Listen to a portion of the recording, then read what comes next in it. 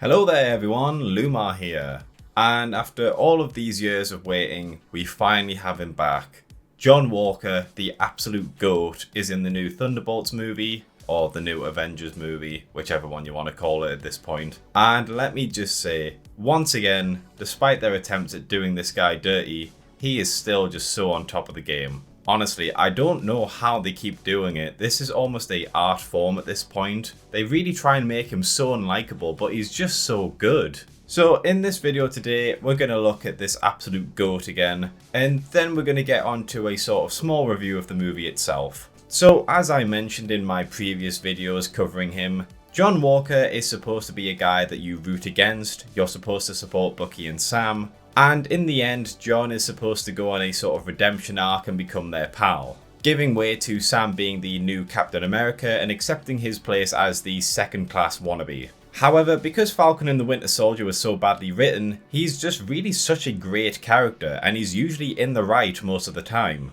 And it is just the same in this movie as well. Now, he doesn't get off to the best start. At the start of this movie, it's become apparent that he's become just sort of a hitman who just does whatever people tell him to do. However, considering all the trauma he's been through and the fact that his reputation is basically tarnished and he's had to try and live with that for the rest of his life, I think it's understandable why he's so gruff and rough around this time. So after everyone gets to try and kill each other in the vault and Taskmaster gets just killed off, they all kind of come to the conclusion that they're being set up and they begin talking to each other.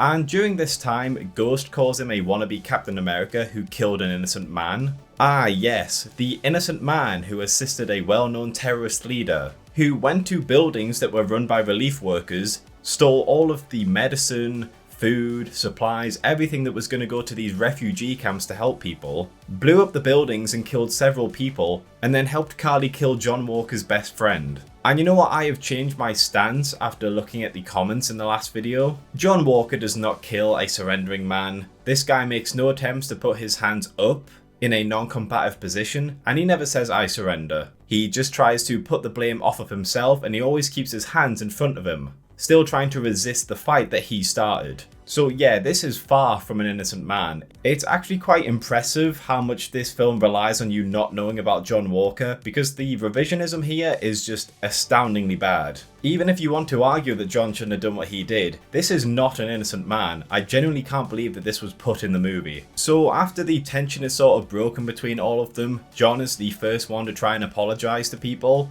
Of course he gets brushed off because, you know, you can't have this guy be the nice, reasonable person in the situation. And then once they manage to get out of the vault, he tries to pick on Bob. And the movie frames this as him trying to be very macho and just picking on the little guy, trying to intimidate him. But there is something suspicious about this guy who's just randomly here for no reason. And as soon as he puts him in a threatening position, Bob immediately starts to show powers, which confirms that John was right in not trusting him. This guy does have powers and they don't know anything about him. You can't just be trusting someone when 5 minutes ago they were all trying to kill each other. So towards the end of their stupid escape plan, John is trying to get them all to work together and to get him into the elevator doors so he can then pull everyone up.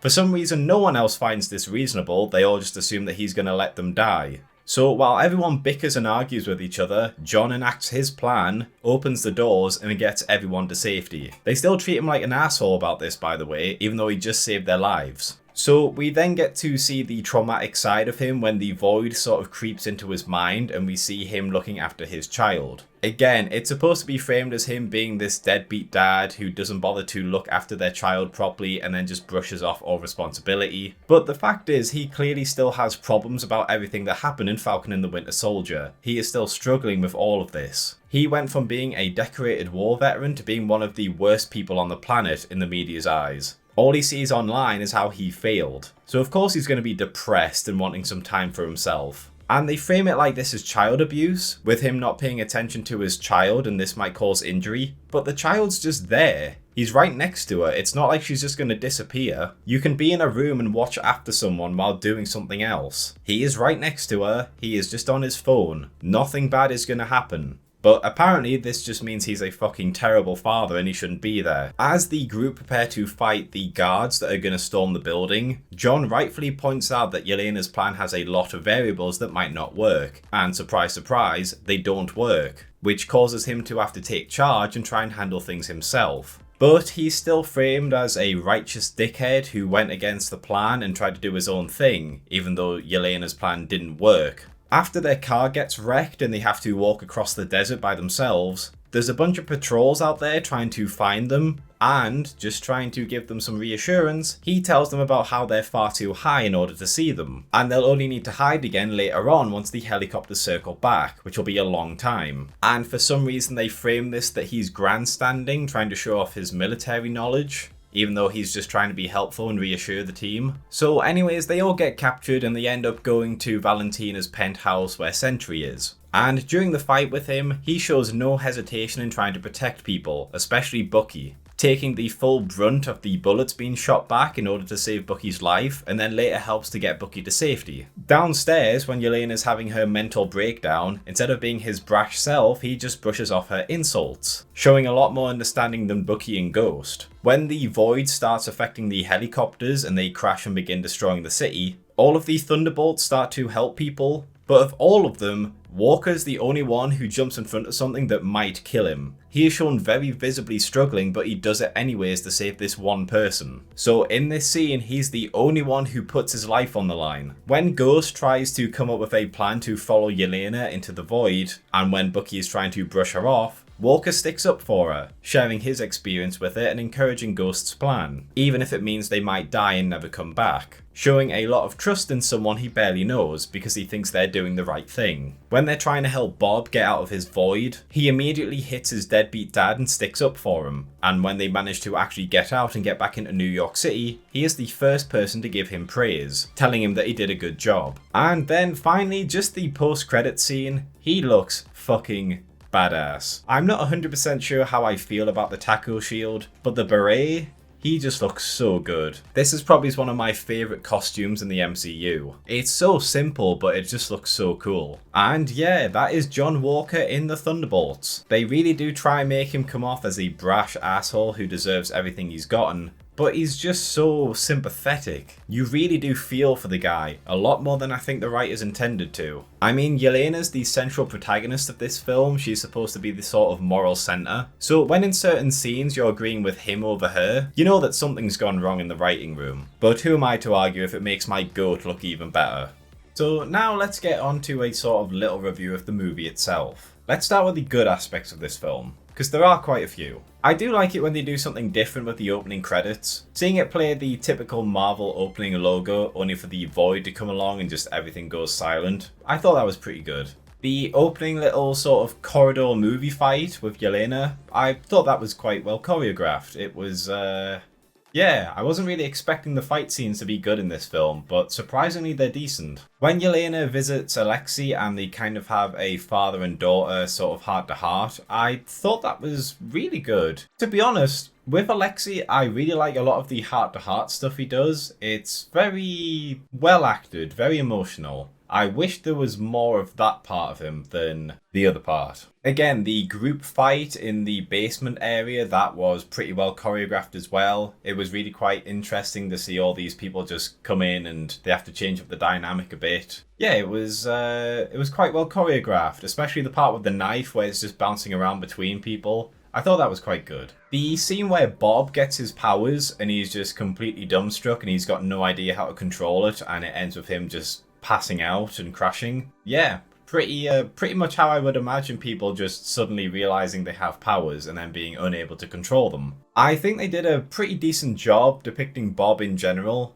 The way his mental illness just comes and goes and the different varying aspects of it, I think they really managed to nail that and transform that into superpowers. It seemed like they put a lot of effort into trying to make this be a realistic depiction of a manically depressed superhero. The saving civilian scene, it felt very impactful. Usually it's just sort of this thing that's brushed in the background, but seeing them like having to go out directly into the field and they get all these little scenes of them saving people, it was good to see these people, and it was good for them to feel good doing it. The scenes of Yelena in the void, I thought that was quite cool and trippy. Just her looking up and seeing the previous memory she was in, and then she has to kind of keep jumping from room to room trying to get to Bob. The idea that depression isn't something that just goes away and you can't fight it. You just have to kind of accept that it's part of yourself and just have a support group to help you through it. I think that was quite impactful. You know, it's nice when you get a Marvel villain that you can't just fight, you know. I still think Doctor Strange has one of the most interesting final fights because he doesn't technically win through brute force. He just has to try and trick it and get away that way. So seeing the sort of similarity here where they can't just fight this part of Bob, they have to kind of accept that it's part of him and just support the better aspects of him. I think that was very touching and yeah, it was quite a heartfelt moment. And finally, the music throughout the film. It's very sort of bombastic, very threatening, especially during the scene where Sentry is revealed for the first time. Yeah, it was just nice to have a sort of musical score that actually stood out for once. So let's start with the cons. Now, while I did enjoy the first part of the film where Yelena's infiltrating this lab to try and dispose of secrets, I really hate when they just make people with guns dumb just for the protagonist to get away. Yelena fights a scientist and the scientist clearly sees the direction where she goes, but for some reason he turns his back on that direction at some point and then she throws a flask kind of along to the side so he gets distracted. But then he never returns to where the source of the flask came from. He never tries to go back to her, so she manages to take him out. I just really hate when guards act really dumb and they don't just keep looking in the direction where they sort of think someone is. Instead, they just get easily distracted and taken out just for the plot to keep going. When they're downstairs in the vault, it takes them far too long to realize that they've all been set up. They all enter the vault and they all discuss how they have a specific target that they need to take out, and that doesn't seem to raise the alarm bells that they're all targeting each other. And yeah, it's just very weird. I don't know why it takes them so long to realize that they're taking each other out. They're supposed to be smart people, but they just try and kill each other instead. Speaking of killing each other, Taskmaster was just completely pointless in this film. She shows up, has one line of dialogue, and then just dies, really. I just think it kind of makes the whole conclusion of Black Widow pointless. You have her go out of her way to try and make sure that everyone is free, and in the end, Taskmaster just doesn't get to do anything. All of Natasha's time and effort to make sure she could have a life is just wiped out in about 2 minutes, 3 minutes. It's just not very good. Which is very strange because apparently they wanted to have her throughout the film, but then decided to kill her off early because they needed to show that anyone can die in this film. Which I find funny for two main reasons. One, if you're going to kill someone off, don't kill the person that no one has any attachment to. This is just the Slipknot thing all over again, where Slipknot showed up, he didn't even have an intro, and then he just dies. Taskmaster, she just shows up, and we have barely any connection to her. She is the person here that we have the least amount of knowledge and least amount of personal feelings towards. So killing her off just isn't an impact, it's just a waste. And secondly, if your main goal here is to try and emphasize that anyone could die throughout the rest of the film, maybe try and kill someone else, because you didn't kill anyone else. So you just killed off the most pointless character to try and raise stakes that aren't there. And the thing is, Yelena doesn't even really seem to care. She's a bit shocked when it happens, and a little while later she talks to Ghost and has about a 10-second conversation about her with Ghost. And that's about it. She's just forgotten about. No one else cares. So Alexei just so happens to be the guy in the driver's seat when Valentina is discussing the sort of failed assassination attempt on the group. And despite really talking in secret and not really making any massive details about everything that's going on, he still somehow manages to pick up on their location and drive towards them, which I find a bit weird. I don't know why he just knows which direction to go to, where this secret facility is, when they don't even mention it in the car, I don't believe. So yeah, he's just kind of there to Deus Ex Machina his way and save the protagonists later. Personally, I find the escape plan just really dumb. I understand that Sentry, he's, you know, very powerful, John Walker, he's got the super soldier serum, so he's quite strong. And yeah, Ghost, she's got some special abilities. I don't know if it's enhanced strength, but we can assume she might have it at least. Yelena's just like a very exceptional human. So the fact that they try and convince us that these four managed to go all the way up this elevator shaft to safety is just ridiculous. Your body would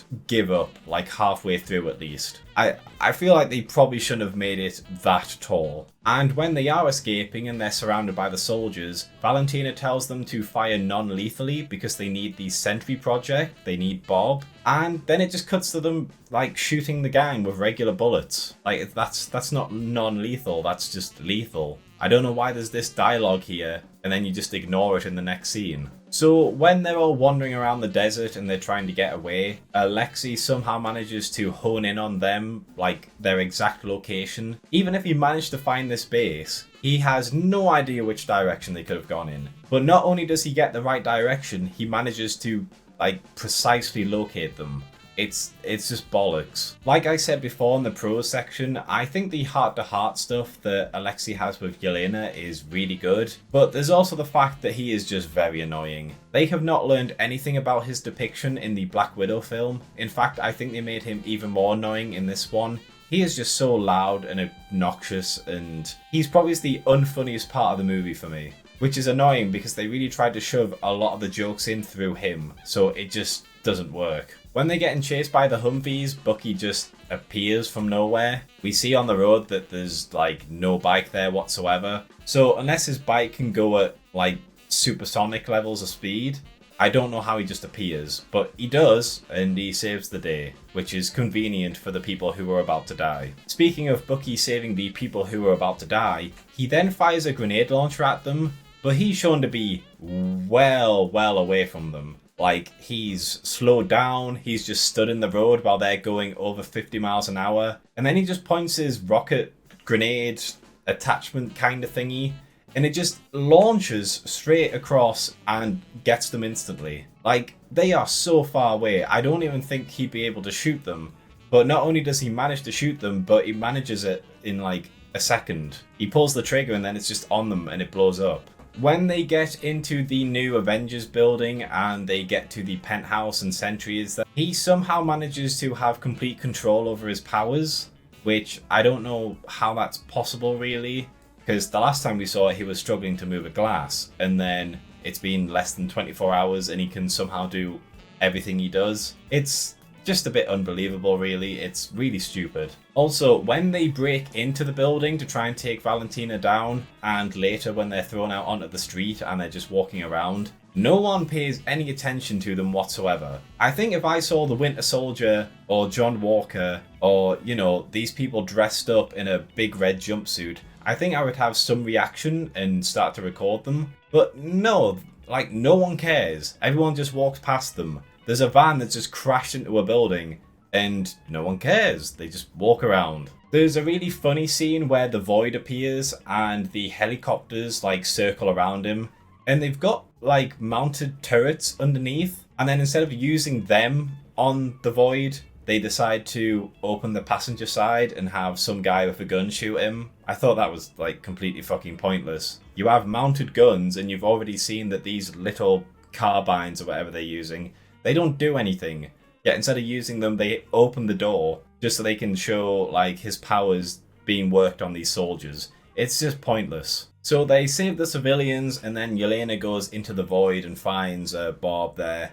And then everyone else finds Bob. And I don't know, I just think it's a bit sort of underwhelming that we didn't see everyone else's trauma. Now, I guess I could understand because, you know, Alexei and John and Bucky, you can sort of guess what trauma they've been through. But when it comes to Ghost, we still don't really know a lot about her backstory because it's all classified information. So you probably could have done something with her. But no, everything just goes to Yelena and Bob and the rest just don't get anything. So they manage to save Bob and the city starts to go back to normal. And then they see Valentina just stood in the street, where I don't know why she would have been there specifically. But On top of that, 2 minutes ago, the entire city was just in a void of complete and utter blackness and silence where everyone just retreated into their worst nightmares. And then less than 2 minutes after all that goes away, she somehow got like a little stage area set up, and she's got an entire news outlet from one direction of the street. No other news stations like come up behind the team. It's all from this side of the street. So when they go and chase her, they end up in a news conference that's just set up already, which is, it's bollocks. Speaking of the press release, she just announces them as the new Avengers, and they all just go with it. Like, everyone just goes with it. There's some veiled threat about how they own her now, but not really. She's in control of you, and she's giving you all the funding. So nothing's really happened. She's just gotten away with everything she wanted to do, and they're completely fine with that. Which is especially egregious with Bucky, and his entire point as a congressman is just, honestly, I don't know what they were doing with that. That is the most nonsensical thing. That's probably one of the most nonsensical plot points in the entire MCU. So the new Captain America film comes out, and they find out that Bucky is being a congressman. And that's not something that just happens. You have to put work into being a congressman. You have to kind of go to people and tell them what you're standing for and campaign hard in order to win this thing. And so he becomes that, and he tries to take down Valentina as a congressman. And that doesn't work, so he ends up going as, the Winter Soldier and trying to get these people to testify against her. And then at the end, after doing all of that, he just works with her. He doesn't care anymore. He's just fine if he gets to be the new Avenger under her. It is such a bizarre character arc in this film. I've got no idea what they were doing with it. Bucky is just, out of all the characters besides Taskmaster, he is the most, pointless one there. He shouldn't have been there if that's what they were going to do with him. In the post-credit scene, there's some sort of lawsuit going on between between the new Avengers and Sam Wilson. Because Sam Wilson wants to have his own group of Avengers, and they're called the Avengers now. So something's happening there. And that's just nonsense. If you want to make him have his own team, if Sam wants his own team, that's understandable. He's the new Captain America, and everyone kind of thought that he would be leading the new Avengers. But the Avengers was never owned by any of these superheroes. The Avengers was owned by S.H.I.E.L.D., which is part of the US government. So ultimately, the Avengers is a title that's owned by the US government. So if Valentina is part of the US government now and she's operating in it, then surely she would dictate who the Avengers are. So this whole lawsuit thing just sounds like absolute bollocks. I understand that this scene is going to be part of the new Avengers Doomsday film, so maybe it can be shed more light on there. But just this plot point in general just sounds completely stupid. And finally, the marketing is very unique for this film. What the fuck were you doing? Don't get me wrong, it's a very unique strategy, but it's not a good one. So you spend this entire time promoting the Thunderbolts as the sort of, the name of the film. And less than 24 hours later, all you've got is the new Avengers spread on every single new piece of, media that's coming out. So you don't even need to see this film, really. You can look at this, you can look at the old promotional material, you can look at the new one and go, right, they're all going to team up, they'll take down Sentry, and then they get promoted as the new Avengers team. That's it. You don't need to see the film to know what's going on. You can completely skip this film because they just spoiled everything in the marketing. It is fucking bizarre that they did that. Genuinely bizarre. Like I say, very unique. There's many ways to fuck up marketing, but this is a very unique one. So yeah, that's something else they did. So yeah, Thunderbolts. If you want to see John Walker just be the absolute chad he is, and if you want some decent fight scenes and a decent look into sort of mental illness in a superhero, you could go and see it for that reason. You could go and see it for those reasons, but you don't really need to see this film. The stakes, you already know what the stakes are, and because of the marketing, you already know what the outcome is. But yeah, if you looked at the marketing and all the hype around it and thought that having all of these creative people working on this film was going to make a new, amazing Marvel film, you're gonna be sorely disappointed. Thanks for watching, lads and lasses. If you enjoyed this video, please consider liking, subscribing and checking out some of my other videos. Sharing always helps, and if you're feeling really generous, please consider my Patreon or YouTube membership. I also have a Twitter and occasionally I do live streams. But most of all, I just hope you had a great day and hopefully I will see you in the next video.